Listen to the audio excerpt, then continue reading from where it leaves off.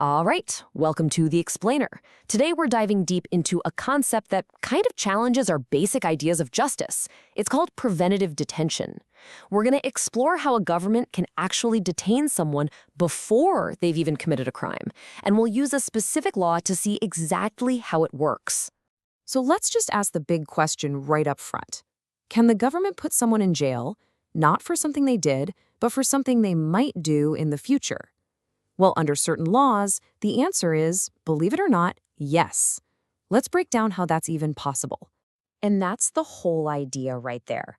Preventative detention is this power the state has to hold someone without a trial, all based on a prediction that they might cause harm to public order or security down the line.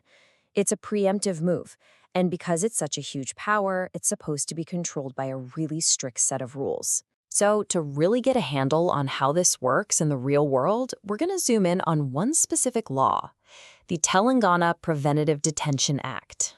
Okay, so where does a process like this even begin? Well, it all starts with something called a detention order. Let's take a look at who actually has the power to issue one of these, and more importantly, for what reasons. The law lays out three pretty broad reasons. The government has to believe a person is a threat to the security of the state, a threat to public order, or that they're disrupting essential services. You can see these are pretty wide-ranging categories, really designed to cover some serious potential threats. Now, what's interesting here is that this power isn't just held by the top level of government. The act also gives this authority to specific high-ranking local officials, like district magistrates or the commissioner of police in Hyderabad. This is so they can make quick decisions if they think it's necessary on the ground. Okay, now this is a really critical detail from the law itself. What this basically says is that a detention order can still be perfectly valid even if some of the reasons given are kind of vague or don't really apply, just as long as at least one solid reason holds up. This is a huge deal, and it makes challenging these orders very, very difficult. All right, so as soon as a person is detained, a clock starts ticking. The law is super strict about the timeline, laying out a series of checks and approvals that the authorities have to follow, and they have to do it on schedule. Let's walk through what has to happen in that first crucial month. First up, within 5 days, the person being held has to be told exactly why they're there. Then, by day 12, if the order came from a local officer, it has to get approval from the state government, where the person walks free.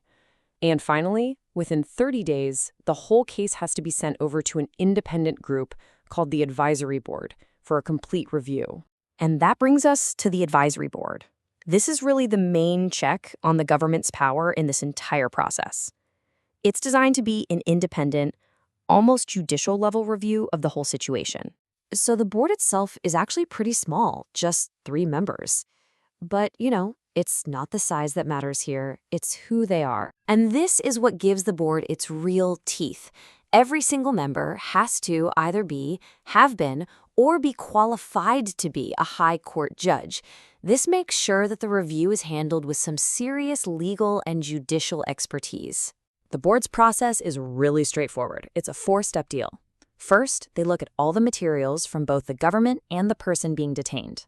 They can ask for more information if they think they need it, and, this is important, they have to hear from the person in person if they ask for it. Then, they've got 10 weeks to write up their report and send their official opinion back to the government. Now, this slide points out a really interesting trade-off in how this hearing works. The person being detained has the absolute right to show up and speak for themselves. But, and this is a big but, they are not allowed to have a lawyer there with them. So it's a direct, personal appeal to the board, not a formal legal battle with lawyers. Okay, so the board has submitted its report. What happens next? Well, we're now at the final stage, the one that decides if the detention will continue, and if so, for just how long. The board's opinion is basically the make or break moment. If they say there's enough reason to keep the person detained, the government can go ahead and confirm the order. But if the board says there's not enough cause, the government's hands are tied. The law doesn't say may or should, it says shall revoke the order. That means the board's no is absolute, and the person must be released. So if the detention gets the green light, how long can someone actually be held? The law draws a very clear line in the sand. Under any single order, the absolute maximum period is 12 months, starting from the day they were first detained. But it's also worth noting that the government can always hit the brakes. Even if a full 12-month detention is confirmed, they have the power to cancel or change that order and release the person at any point before time is up. Okay, let's zoom out and pull all of this together. What we've really been looking at is a system built on a constant tug of war. On one side, an extraordinary power given to the state, and on the other, specific safeguards meant to protect the individual. And this table really lays out that whole balancing act perfectly. You see, for every power the state gets, there's a corresponding safeguard for the individual. The state can detain you before a crime, but they have to tell you why within 5 days. They can issue an order on slightly shaky grounds, but it must be reviewed by a board of judges. They can detain you for up to a year, but that board's opinion can force your release. You can't have a lawyer, but you have the right to speak for yourself. Every power has its check. So, we end up right back where we started. But now we see the whole picture. The law gives us a very detailed, step-by-step process, but it also leaves us with this huge, fundamental question that every society has to deal with. In the quest to stop bad things from happening, where do we draw the line between keeping everyone safe and protecting the freedom of one individual? That's the tension at the very heart of preventive detention. Thanks for joining the Explainer.